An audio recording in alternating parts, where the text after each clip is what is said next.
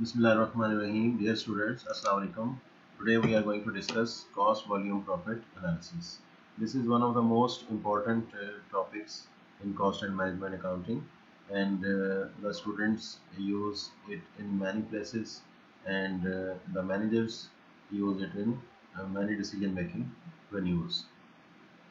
तो ये बहुत ही अहमियत का हामिल है और ये बहुत सी जगहों पे डिसीजन मेकिंग में इस्तेमाल होता है.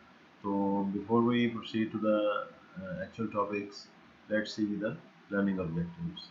It includes the features of the cost volume profit analysis, break-even point, uh, effect of income tax on CVP analysis, and how managers use CVP analysis to make decisions. So decision making is very important because the cost counting or management accounting provides information to managers and help them in making decisions. And then there are a few other topics as well. So there would be sensitivity analysis, and the managers will see with the help of sensitivity analysis to cope the, with the uncertainty. And CVP analysis will be used to plan variable and fixed cost, and there are other topics as well. Let's move on to our real topic, which is CVP. So, and how it is used. So first of all, before we proceed to the topic, let's explain what is C, V, and P. These three words, alphabets, stand for cost, volume, and profit. So this CVP analysis is cost, volume, profit analysis. So before we move on to the complex formulas, let's concentrate on these three words: cost, volume, and profit. There are so many lectures we have seen that we have discussed the term cost. There are so many types of costs. We have discussed the manufacturing cost, non-manufacturing cost, direct cost, indirect cost, fixed cost, variable cost. But here we are seeing the cost of an object, cost object. एक चीज़ की जो भी कोई cost होती है, जो भी उसके ऊपर टोटल कॉस्ट आती है, वो यहाँ पे इससे मुराद है. वॉल्यूम से मुराद यहाँ पे सेल्स वॉल्यूम है, यानी कितने यूनिट्स एक ऑर्गेनाइजेशन सेल करती है, और या उसे कितने यूनिट सेल आउट करने चाहिए, या उसका ये टारगेट है कि उसे कितने यूनिट्स सेल करने चाहिए. और पी फॉर प्रॉफिट. तो इस तरीके से ये तीन इम्पोर्टेंट टर्म्स ये बताती हैं हमें कि हम इस कॉस्ट पे स्टैंड कर रहे हैं. ये वेरिएबल कॉस्ट है, ये फिक्स कॉस्ट है, और अगर हम इतने यूनिट सेल आउट कर लें तो हमें इतना प्रॉफिट होगा. इतने से मुराद सबसे पहला पॉइंट हम लेते हैं कि हमें ज़ीरो प्रॉफिट होगा, then there would be no profit no loss situation. और उसके बाद जो है हम आगे प्रॉफिट की तरफ मूव करेंगे. तो इस तरह से ये बहुत ही सिंपल सा जो है वो एनालिसिस है. अब हम आते हैं इसके थोड़े टेक्निकल एस्पेक्ट्स की तरफ. So managers want to know how profits will change as a unit sold of a product or service changes. जैसे मैंने इसके अर्ली इंट्रोडक्शन में बताया कि इतने यूनिट सेल आउट करने से जो है हमें ज़ीरो प्रॉफिट होगा. उसके बाद जो ही हम उससे एक यूनिट आगे सेल आउट करते हैं तो हमारा जो है वो प्रॉफिट स्टार्ट हो जाता है. तो how profits will change as the unit sold of a product और सर्विस चेंजेस. उसके बाद आ जाती है managers like to use what if analysis to examine the possible outcomes of different decisions so they can make the best one. अब what if analysis, इसके अंदर बहुत सी डिटेल्स हैं, इसको हम बहुत डिटेल के साथ देखेंगे, बहुत सारे इसमें परफॉर्मेंस जो है वो और वर्किंग करेंगे. व्हाट इफ से मुराद ये है कि अगर फ़र्ज़ करें फिक्स कॉस्ट और वेरिएबल कॉस्ट दो कॉस्ट होती हैं. अगर फिक्स कॉस्ट में इजाफा हो जाए, अगर फिक्स कॉस्ट में इतना इजाफा हो जाए like $10,000 a year, there is increase in fixed cost, what will happen to the profit. Profit के ऊपर क्या असर पड़ेगा अगर इफ हम हमारी फिक्स कॉस्ट में इतना इजाफा हो जाए. तो ये व्हाट इफ एनालिसिस हो गया. So in the previous topics we have discussed total revenues, total cost and income, and now we will be take a closer look at the relationship among these elements: selling price, variable cost, fixed cost and profit. इसमें तीसरी चीज़ भी ये भी शामिल कर लेनी चाहिए कि इन तीनों का आपस में रिलेशनशिप। तो इस तरह से CVP एनालिसिस जो है वो कंप्लीट हो जाएगा। तो अब इसको जो है हमारे कॉस्ट वॉल्यूम प्रॉफिट एनालिसिस को हम मैनेजमेंट की जो है एक वसी तर जो है फ्रेमवर्क है, जिस फ्रेमवर्क को आप मैनेजमेंट में, मार्केटिंग में, प्लानिंग में, स्ट्रेटेजिक मैनेजमेंट में देखते हैं, वो है डिसीजन मेकिंग प्रोसेस। तो इसको भी हम यहाँ पे भी अप्लाई करेंगे, क्योंकि हम जो है डिसीजन मेकिंग को देखना चाह रहे हैं कि जो कॉस्ट इंफॉर्मेशन है वो किस तरह से कॉस्ट अकाउंटिंग इंफॉर्मेशन प्रोवाइड करती है मैनेजमेंट को, जो कि उनको डिसीजन मेकिंग में काम आती है। तो वही 5 स्टेप डिसीजन मेकिंग प्रोसेस। सबसे पहले identify the problem and uncertainties, then we will obtain the relevant information, then make predictions about the future, and then we will make decisions by choosing between alternatives using cost volume profit analysis। तो ऊपर वाले जो है वो steps आप देख रहे हैं कि मैनेजमेंट के जो है वो यूज़ होंगे। उसके बाद हम अपना टूल जो है कॉस्ट वॉल्यूम प्रॉफिट एनालिसिस का टूल इस्तेमाल करेंगे, और ये टूल हमें हेल्प करेगा डिसीजन मेकिंग के अंदर। तो उसके बाद फिर डिसीजंस को इम्प्लीमेंट किया जाएगा, उसकी इवेलुएट द परफॉर्मेंस किया जाएगा। एक खास प्रोजेक्ट जो है उसको हमने इम्प्लीमेंट किया, उसकी क्या परफॉर्मेंस रही, क्या उसकी प्रॉफिटेबिलिटी रही, वगैरह वगैरह। तो इस तरह से हम ये डिसीजन मेकिंग के एक फ्रेमवर्क के अंदर जो है in cost accounting, management accounting की टेक्निक्स को, टूल्स को यूज़ कर रहे हैं इंशाल्लाह। तो foundational assumptions used in CVP analysis. तो इसको जो है वो before we proceed with the CVP analysis there are some assumptions। तो इनको पहले हम ज़रा देख लें कि ये assumptions क्या होती हैं। तो इस CVP एनालिसिस या CVP मॉडल को एग्जिस्ट करने के लिए कुछ इसकी assumptions हैं। उन assumptions में ये शामिल है कि चेंजेस इन प्रोडक्शन और sales volume are the sole cause for cost and revenue changes. यानी प्रोडक्शन में इंक्रीज होगा, चेंजेस होंगी, तो वो कॉस्ट को ट्रिगर करेगा, और सेल्स वॉल्यूम में अगर चेंज होगी, इंक्रीज होगा, तो वो रेवेन्यू चेंज होगा, रेवेन्यू को ट्रिगर करेगा। इसके अलावा और कोई कॉस्ट के अंदर फैक्टर्स नहीं है, क्योंकि ये अगर फैक्टर होंगे तो फिर वो मॉडल सही तरह से हमारा फिट नहीं हो सकेगा। Total cost consist of fixed and variable cost. Revenue and cost behave and can be graphed as a linear function. Selling price, variable cost per unit and fixed cost are all known and constant। यानी जो है ये नहीं है कि हम model को apply कर रहे हैं, एक महीने के अंदर अंदर जो है सेलिंग प्राइस 4 या 5 मरतबा तब्दील हो रही है, ऐसा नहीं होगा। मतलब जो भी एक ख़ास सिनेरियो आपने तय किया है CVP एनालिसिस के लिए, उस दौरान सेलिंग प्राइस जो है वो कांस्टेंट रहेगी, बेशक वो एक महीना ही की ड्यूरेशन क्यों ना हो। इसी तरह वेरिएबल कॉस्ट वगैरह।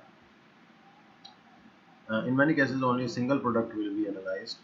मोस्टली जो है CVP एनालिसिस में एक सिंगल प्रोडक्ट को एनालाइज किया जाता है, लेकिन अगर किसी ऑर्गेनाइजेशन की मल्टी प्रोडक्ट हैं तो उससे ज़रा जो है ये कॉम्प्लेक्स हो जाता है, और उसकी कोई प्रोपोर्शन लेनी पड़ती है, सेल्स प्रोपोर्शन।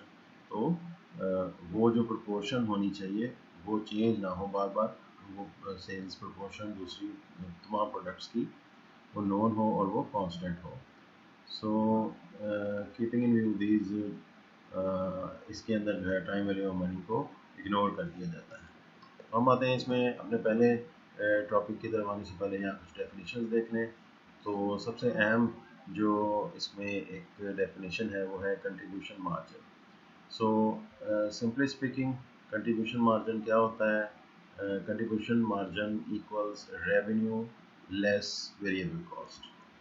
सेलिंग प्राइस जो है, बेशक आप इसको इंडिविजुअल लेवल पे देख लें, यूनिट लेवल पे देख लें, तो सेलिंग प्राइस में से अगर आप वेरिएबल कॉस्ट को माइनस कर दें तो यूनिट कंट्रीब्यूशन मार्जिन आ जाएगा, और अगर टोटल में देखें तो टोटल कंट्रीब्यूशन मार्जिन आ जाएगा।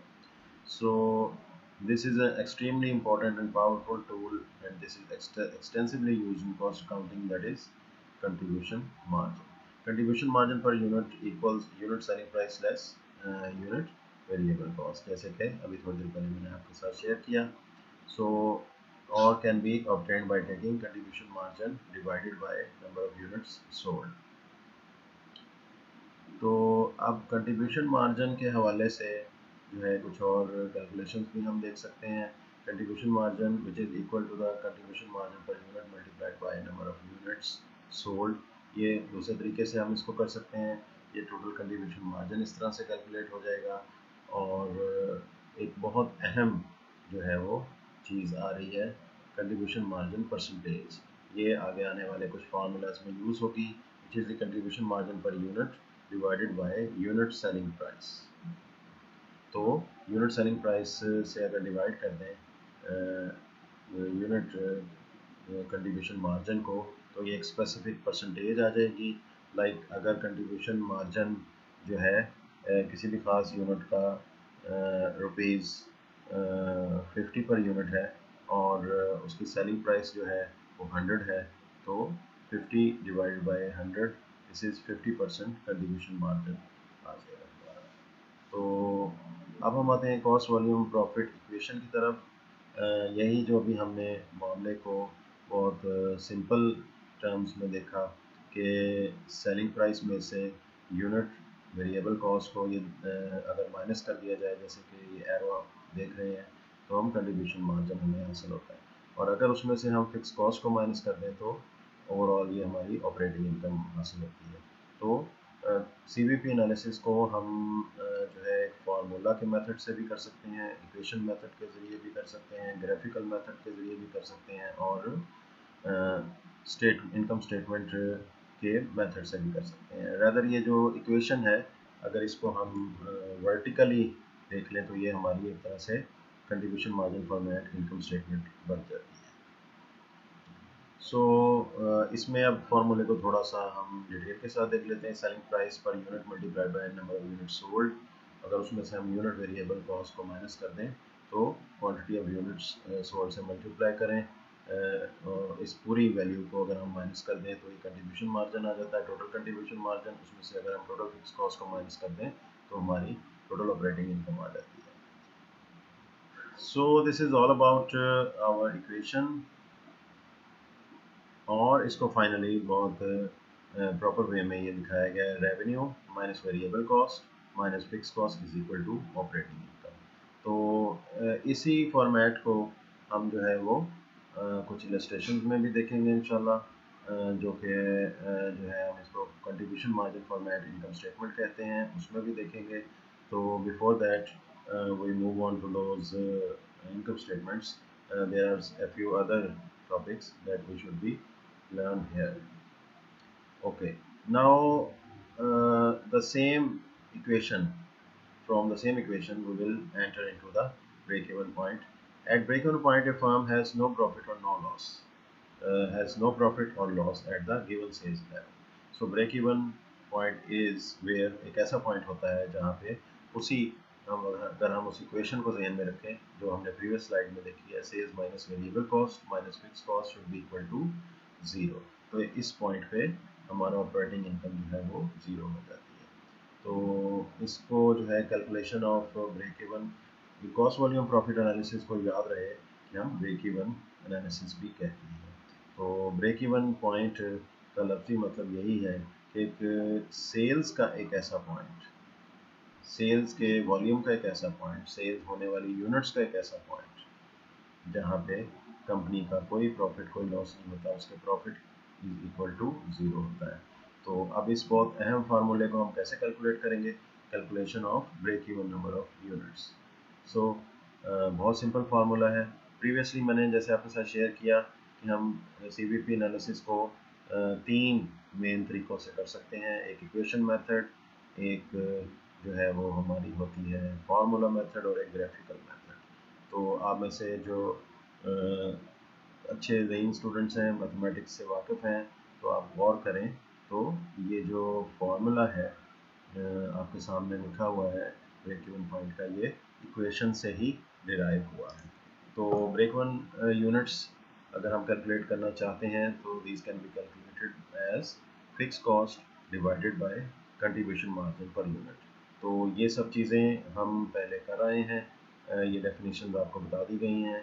तो इनको बस आपने पुट करना है। कंट्रीब्यूशन मार्जिन पर यूनिट क्या होता है, selling price per unit minus variable cost per unit. So ये फार्मूला बन गया fix cost divided by selling price per unit minus variable cost per unit. तो आपने पहले से कैलकुलेट करके रखा हुआ है, तो fix cost divided by contribution margin per unit करने से break even units of sales हासिल हो जाती है।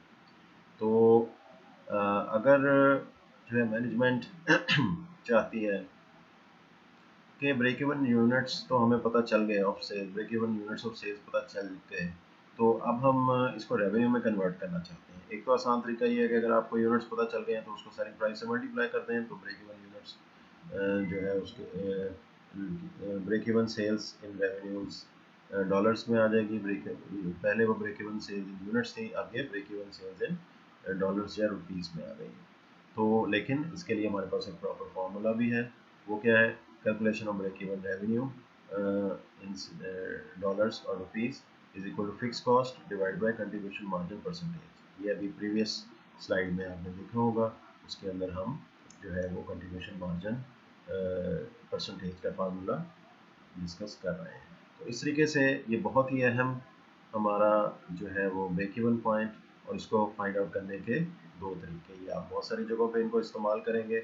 सो इसको अच्छे तरीके से लर्न करना। तो अब हम इसी अपने ब्रेक इवन पॉइंट को थोड़ा सा एक्सटेंड करते हैं, extended break even point. So we will be using it for planning our profit.